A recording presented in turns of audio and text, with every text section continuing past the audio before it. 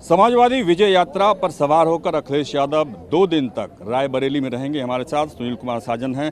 Sir, जिस तरीके से उत्तर प्रदेश के हर एक इलाके में समाजवादी पार्टी के अध्यक्ष विजय रथ लेकर जा रहे हैं, आपको लगता है कि बीजेपी को हराने के लिए ये काफ़ी है? मुझे लगता है कि जिस तरीके से माननीय राष्ट्रीय अध्यक्ष जी विजय रथ यात्रा पर प्रदेश के कोने कोने में जा रहे हैं और जो जन सैलाब समर्थन में निकल रहा है, उनको देखने के लिए, उनको सुनने के लिए, वो जन सैलाब देख करके लग रहा है कि भारतीय जनता पार्टी की सरकार का सफाया होने जा रहा और बड़ा बदलाव उत्तर प्रदेश में देखने को मिलेगा चुनाव के बाद, क्योंकि लोग निराश हैं।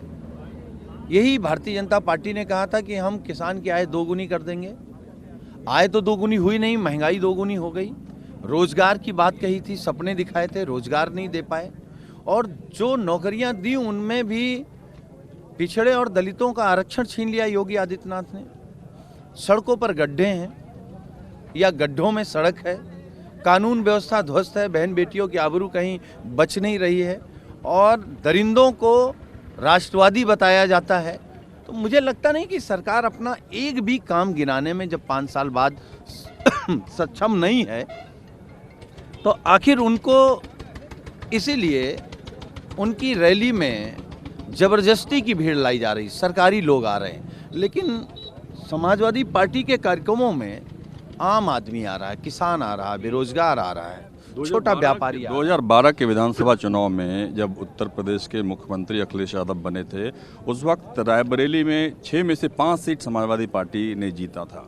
आपको लगता है कि उनकी कोशिश है कि 2012 के चुनाव नतीजे को अगर दोहरा देते हैं तो एक बार फिर से सत्ता उनके पास आ हम लोग 2012 वाले भी क्रांति रथ में रहने का मौका मिला, सौभाग्य मिला, और इसमें भी जो हम लोग महसूस कर पा रहे हैं 2012 से ज़्यादा करंट है। 2012 की पूर्व सरकार से ज़्यादा नाराज़गी इस सरकार से है। तो 12 में अगर रायबरेली में 6 में 5 जीते थे, तो हमें उम्मीद है अब की 6 में 6 सीटें समाजवादी पार्टी जीतेगी। आपको लगता है कि लखीमपुर खीरी का मुद्दा इस बार के चुनाव में महत्वपूर्ण मुद्दा बनेगा, क्योंकि जिस तरीके से गृह राज्य मंत्री का इस्तीफा अभी तक सरकार लेगी या लेने का मूड है, कुछ बातें सामने नहीं आई है।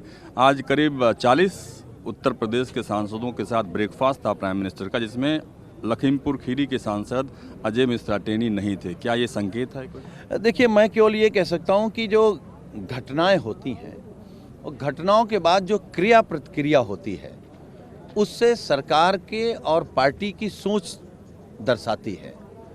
अब तो एसआईटी ने भी मान लिया कि किसानों को जानबूझ करके सोची समझी रणनीति के साथ कुचला गया। फिर भी भारतीय जनता पार्टी मौन है, सरकार मौन है, मोदी जी मौन हैं, अमित शाह जी मौन हैं। तो फिर आप किसानों का निदाता क्यों कहते हो जब आप किसानों के दुश्मन हैं? किसानों को कुचलने वाली सरकार अभी तक गृह राज्य मंत्री को बर्खास्त नहीं कर पाई, हटा नहीं पाई है। आप खाने पर नहीं बुला रहे हैं, लेकिन हटा भी नहीं रहे हैं।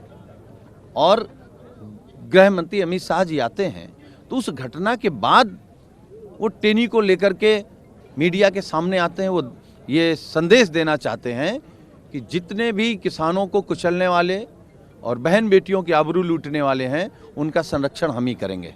आपको लगता है कि मजबूरी है सरकार की या बीजेपी की? क्योंकि लखीमपुर खीरी में अजय मिश्रा टेनी का काफ़ी दबदबा है, इससे पहले भी वो काफ़ी दबंग माने जाते हैं और ब्राह्मण विशेषकर जातियों पर उनका काफ़ी ज़्यादा दबदबा है। नहीं, दबदबा इस मायने में मान सकते हैं कि किसानों को कुचलने के बाद भी देश के गृह राज्य मंत्री बने हैं, तो भाजपा में दबदबा है, जनता के बीच दबदबा नहीं है। अगर जनता के बीच दबदबा होता, किसानों के बीच दबदबा होता, तो किसानों को दबाते नहीं, किसान उनकी बात मानता। लेकिन किसानों को जिस तरीके से कुचला गया है और योगी जी मौन हैं, एसआईटी जांच के बाद जब साबित हो गया कि सोची समझी रणनीति के साथ कुचला गया, तो अब क्या कर रहे हैं एसआईटी जांच पर? हम लोग जानना चाहते हैं योगी आदित्यनाथ जी क्या हिम्मत कर पाएंगे कि टेनी के घर भी बुलडोजर चलवाएं, या फिर टेनी भारी हैं या योगी भारी हैं, ये तो समय बताएगा।